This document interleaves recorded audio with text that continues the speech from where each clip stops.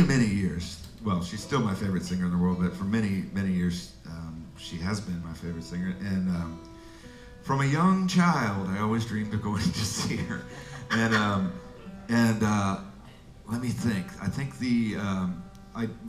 over a period of about 10 years, I had so many misadventures of almost getting to see her that I don't remember the particular order. I remember one where we were on the road with Matt the electrician in Santa Cruz, of all places, and we're playing at a little place that serves crepes, and across the street there was a big theater, and I saw that Mavis Staples was playing there, and I was just like, oh my God, I can't believe this is amazing. So I talked to the sound guy, and he goes, oh yeah, I know the sound guy over there. I'll get you in, you guys run over there on your break. And I was just like, this is just too much, Right across the street. Yeah, right across the street, literally. So we get done with our first set, and I go running across the street. Oh, and also, it's the North Mississippi All-Stars who are backing up, who are friends of mine. So I'm thinking, not only is this going to, perhaps I'll even get to meet Mavis. So I go running across the street as soon as we're done. And literally, and the guy's like, hey, you're the guy. Okay, yeah, I got the word. Come on in, buddy. And I go running in there and run up the stairs, and I just hear this like that, and I just hear Mavis go, thank you, Santa Cruz. We had such a great time, but we have got to go. And I just like pull the curtains back and just see like people leaving the stage. And Luther from the All-Stars came over to our show later on, and I got to like get like, oh man, what's that like? He goes, oh, it's incredible. It's just amazing. It's just So then I remember another time where I had she was playing at Paramount or at a church, I can't remember. But I was involved with this thing called the Road to Austin show, which was this big deal that Stephen Bruton put on about 12 years ago. Auditorium shores, tons and tons of people, all-day festival. Everybody from we had, Bonnie Raitt, yeah, I'm trying to think. I mean, it went from, like Bob Snyder to Bonnie Raitt, kind of like as far as like, local superstars to national, worldwide superstars, and Christopherson, all this stuff. So we had every day, we had these long rehearsals, 10 or 12 hours. And Friday night was Mavis. And I'd been told, oh yeah, Friday night we're gonna be done a little early because the show is Saturday. And so I had my tickets, and I'm sitting around at the water cooler during the break at some point, and I was talking to Brandon Temple, and I go, yeah, man, I'm going to see Mavis tonight. He goes, tonight? I'm like, yeah, because we're wrapping up early. He goes, we're not going to wrap up early. You're not going to see that show. And I'm like, what?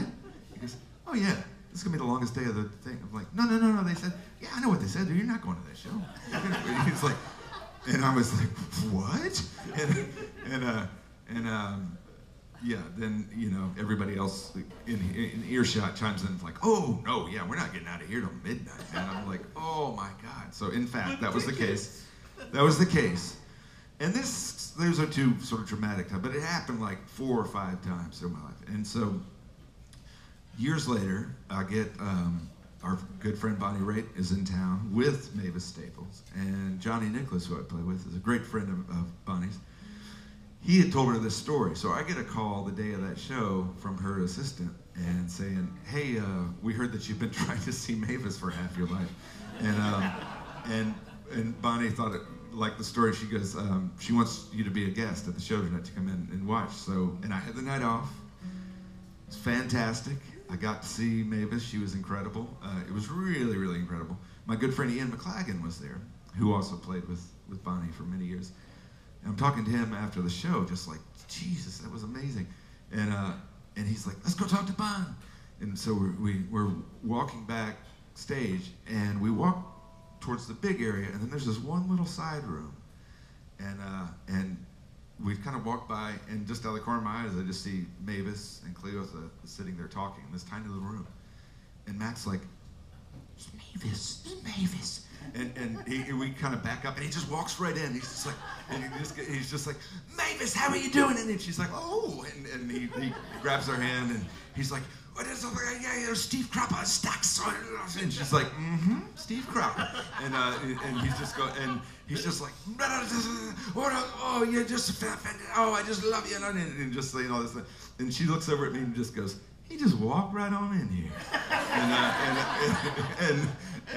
And I'm just sitting there with Mavis' sister, who for some reason I'm holding hands with, just because I'm so in awe of being with these people who've meant so much to me, you know, and she's just like, look, smiling, and you know, they've seen it all, and Mac's just still going, and she just looks over at the two of us and goes, he's a real card, and like, that's more or less the end of that story, except the next gig that I played with McLagan, I was telling this story to the band, and Mac's like, what? What? What, she said what? And I was like, yeah, you didn't hear that? And he goes, no, she didn't say that. And I'm like, yeah, Mac, you were just a blind fury of words coming in. And he's like, oh, I didn't. She really said that. And I'm like, yeah. So that's Mavis and me and Mavis in a nutshell there. Thank you. We're going to take a little break now. Yeah. And we're going to feature John Greene right now because he's on fire. He's like a 4th of July holdover.